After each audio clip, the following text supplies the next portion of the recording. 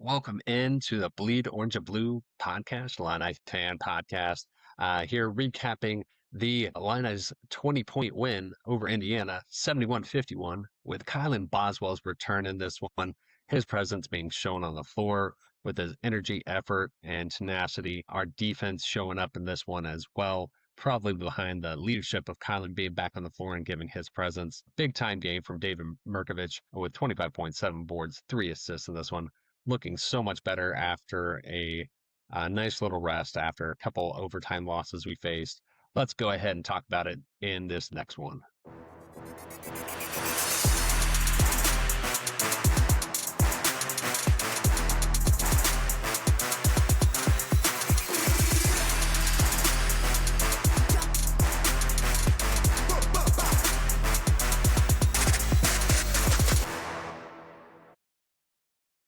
All right, as I said, the Illini win this one by 20, 71-51 against the Indiana Hoosiers, with Kylan Boswell back on the court, showing up with such a presence. Only 9 points, but 7 rebounds, 4 of those being offensive rebounds, which was a major aspect to the Illini's win here, with the team pulling in a total of 15 offensive boards in this one, only allowing 4 for the Indiana Hoosiers in this one. It definitely was a huge impact on the overall score, as the Illini did not shoot their greatest today. 7 for 31 from 3, only 23%.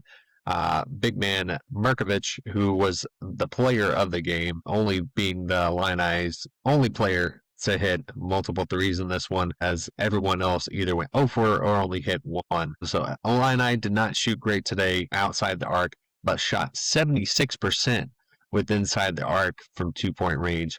Phenomenal percentage and efficiency there. Only got to the line a total of 7 times, but only missing 1 of those.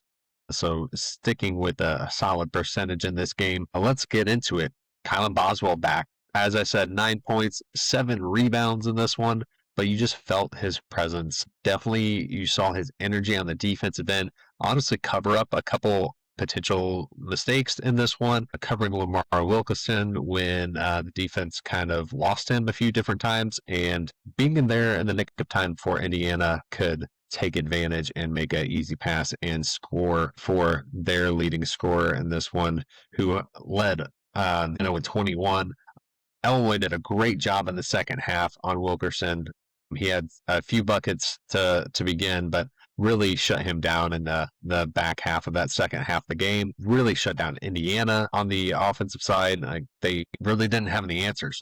They hit a couple open shots when they finally broke down our defense, or we had a defensive lapse, but honestly, not much of a threat in that second half, while the Illini held them to only 20 second half points. I think that presence all goes back to Kylan being on the court. Just energy all over the place. You saw him even try to push the fast break a few times, which Illinois has not been doing for quite some time this season, with the average of possession being the biggest in the Big Ten, holding onto the ball for having the longest time of possession each game.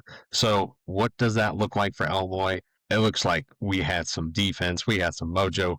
Guys felt more comfortable. Guys just seemed to mesh and feel relaxed. Like, you saw Mirk handle the ball, you saw Kylan handle the ball. Of course, you saw Keaton handle the ball. Now, our shooting woes in this one didn't help out. Big Ben from Rickhouse, which was phenomenal on the boards, with 8 boards in this one. 1 offensive, had 2 steals and an assist. Just couldn't get anything to drop for him in this one. Going 0 for 7 from the field, 0 of 6 from 3. And Jake Davis, 1 of 4 from 3 in this one. Did hit the 1 3, 2 boards, an assist. And still got to give hats off to those guys' energy on the floor and getting after it defensively. And Tommy, he couldn't buy a 3 for quite some time, ended up 1 of 6. But man, was he grabbing up some offensive rebounds, getting some putbacks. I had 4 offensive boards as well in this one, tying Kylan for the team lead in offensive rebounds for the game. I had 14 points in this one, 6 boards overall. Had 1 very nice assist and a nice block. No turnovers, which is always nice to see from your big men, as well as David Mirks, player of the game in this one. Kylan obviously made his presence felt. I think the whole team felt it. I think the whole arena felt it. The And hats off to the student section for showing up in this one. I don't know if it sounds like you guys were out there since 6 a.m. or at Cam's at 9 a.m., getting some drinks in you before taking that free shuttle over. Good job on Cam's to help get that crowd into this one with maybe some early drinks flowing this morning. And now David Mirkovich, I mean, 25 points, 7 boards, 3 assists, 0 turnovers, 1 steal. I mean, he was all over it, all over the place. Hit his nice little midi fadeaway, which we've seen him try to shoot a couple times this season, but probably haven't been the greatest moments when he shot that. But today, just hitting some floaters, hitting 3 straight threes. I mean, just showing up, especially after a couple of rough games, with those overtime losses. I really think he truly wanted this one. He might not know the history of the Illinois-Indiana rivalry, which has diminished over the years, but he sure played like it. Did a great job in this one. Just phenomenal pass to Jake Davis for a corner 3 for his only 3 of the game by drawing the defense and backing down a smaller guy. And then he just utilized his matchups and really went after it. And when Indiana wasn't doubling him, was going after the hoop, and honestly should have been to the foul line more than 2 times. I think he definitely got hammered going for a rebound early on in the game. Kind of stayed on the floor there for a few minutes, so definitely glad he was able to bounce back and be healthy in this one because we definitely needed him. Not that Tomey wasn't having a solid game offensively, going 6 for 11 from the floor. Obviously, his only misses were from 3. And 2-point land was perfect. Keaton Wagler, 7 for 15 from the floor, 1 for 4 from 3. I mean, you break that down. That's 6 for 11 for honestly how much he kind of got hammered as well. And, got a couple calls right, got a couple calls wrong. Yet again, with Jeffrey frickin' Anderson on the floor. I'm going to take a breath because, he kind of shapened up as the game went on. But again, got to go back to Kylan on this one. A lot of people talked about Kylan's not going to be in the starting lineup. Kylan's going to have a minute restriction. Kylan started in this game. Kylan played 33 minutes, and he looked like he hasn't missed a game. He even ended up hitting a 3 in this one. Had one late that rolled out on him that would have been icing on the cake in this one to put Illinois up over 20. But again, crashed the boards, was second on the team, tied with a Mirk with 7 boards, 4 offensive in this one, 2 assists. Did have 1 turnover. Hey, not bad when the entire team only had 2 turnovers. Phenomenal job taking care of the ball today, getting offensive rebounds. 2 out of the 3 things that Illinois really does well to get these wins. Obviously, again, didn't shoot great from 3. We didn't shoot many free throws, but we had second chance points, and we didn't give the ball up. So phenomenal game, phenomenal bounce back with the last 2 overtime losses. And these guys, sounds like, took 2 days of break after that game. Brad went back and self-scouted and really just worked on what they needed to get back on track. And I think it showed in this one. The ball moved well. I thought guys, didn't get too repetitive in their motions and their screens and the actions that they were trying to get. I think we did a good job balancing it. They were getting attacked from multiple guys. I mean, we had 4 guys on the team with over 10 shot attempts, with Rickhouse at 7 coming off the bench. So really love to see that. Love to see the ball movement. Love to see the defense get back after it and just not give Indiana a lot of what they wanted. Indiana's coach said we probably need to hit 15 threes in this one to win. Well, you shot 24 of them, and you almost shot as poorly as we did.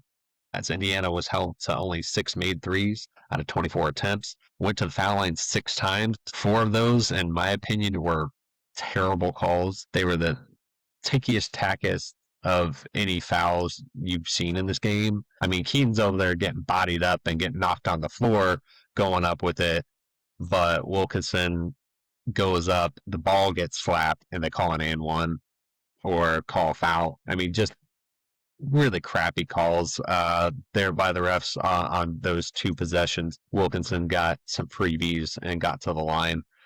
But, I mean, you held them to 21 points in 39 minutes of play, 8 for 14 from the field. I mean, we didn't do a phenomenal job on him, but we didn't do a bad job either. The nice thing I really like seeing here is something we haven't seen really all season, And that was some Illini getting in the passing lanes. Illinois had 7 steals in this one, which I haven't done my due diligence yet, but I believe is the highest steal total of the season. Ben Rickhouse just getting out there a couple times, had a couple himself, and Keith Wagler, who I've seen at times this season get out in the passing lanes and utilize his length, and I really think he would be a good steal guy if he was let off the leash a little bit more just because of Illinois' style of defense, and ended up with 3 steals in this one. Mirks and Kylan also ended up with 1 apiece. We had a couple blocks from Tommy and Keaton in this one.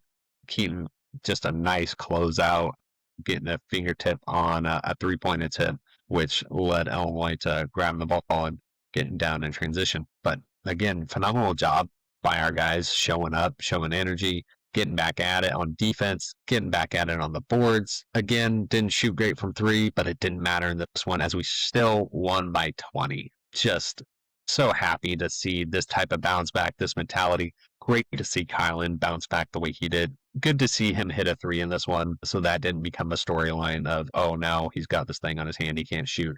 No, honestly, would have had a second one. It just rolled out on him. Unfortunately, going 1 of 3 for 3, 4 of 10 from the field. I mean, was not afraid to get in the lane, utilized his left hand on a wonderful swoop around his defender.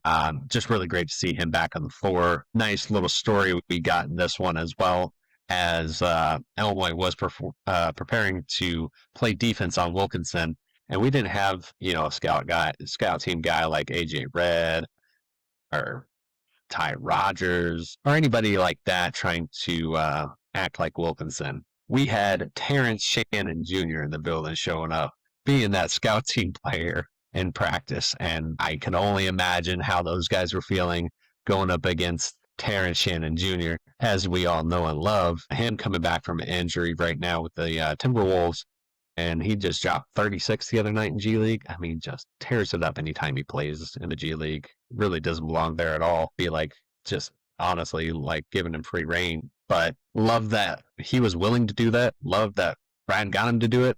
I mean, that's phenomenal to have not only Terrence Shannon Jr. come back and do that, play scout team, but you also had your 2 other first-round picks from the last 2 years show up as well. I'm going to go ahead and shift from this recap into a little recruiting on this one.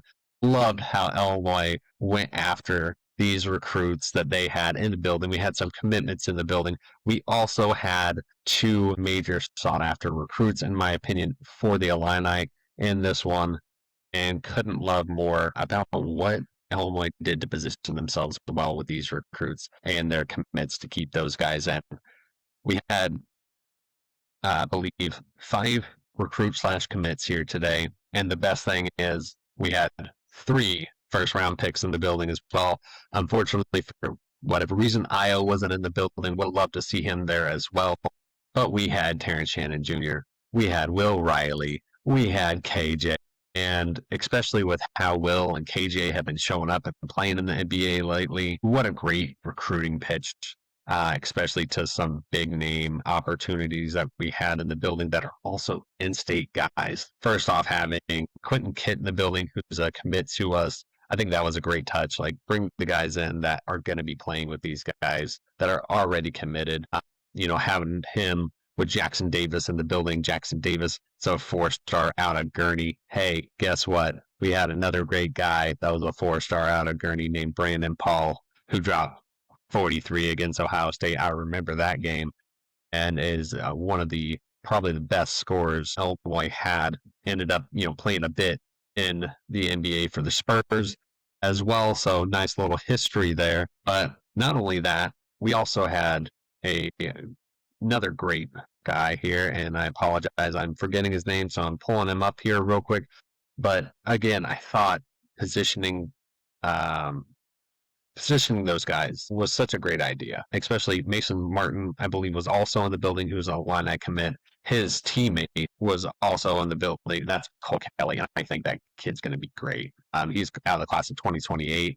Cole Kelly was in the building with other Illini commits there. His own teammate, who's an Illini commit, 3 first-round picks, all of which, played on the perimeter on the wing for us with Terrence Shannon and Will Riley. Obviously, KJ was a point guard, but also played a little bit of that wing role as well, which the Illini like to use as playmakers. So thought it was phenomenal positioning, just little chess move by Brad Underwood and his recruiting staff there to have Cole Kelly in with his teammate Mason Martin, as well as hopefully some future teammates with Quentin Kitt, hopefully Jackson Davis as well, as I think he's going to be a fantastic point guard. Just great job. Great overall job for this game, for this home team, for this presence. Hats off to the student section for stepping up after getting called out quite a bit here this last week. You know, they weren't the most energetic this last game previously, but definitely showed up in this one and couldn't be happier with the result in this game. Couldn't be happier with the strategy and recruiting on this one, and couldn't be happier with the State Farm Center. Again, hats off to you guys. Hats off to Illini on this great win. Hopefully it leads to momentum and we get Andrei Stojakovic back nice and healthy, and the guys are just in the full swing of it and ready to ramp it up into March and then April as we try to push for a Final Four appearance and hopefully a national championship. I want to thank you all again for checking out the Bleed Orange and Blue podcast in this one. My apologies. Bleed Orange and Blue podcast. Again, if you guys can go ahead, like, share, subscribe. Would love to get some more feedback. If you guys have comments on the game, comments on the recruiting, anyone that was at the game, comments on the State Farm Center, and how the student section was rocking this game and what they need to do to keep that pushing. So again, thank you so much for checking it out. Y'all have a wonderful rest of your day. As always, LL.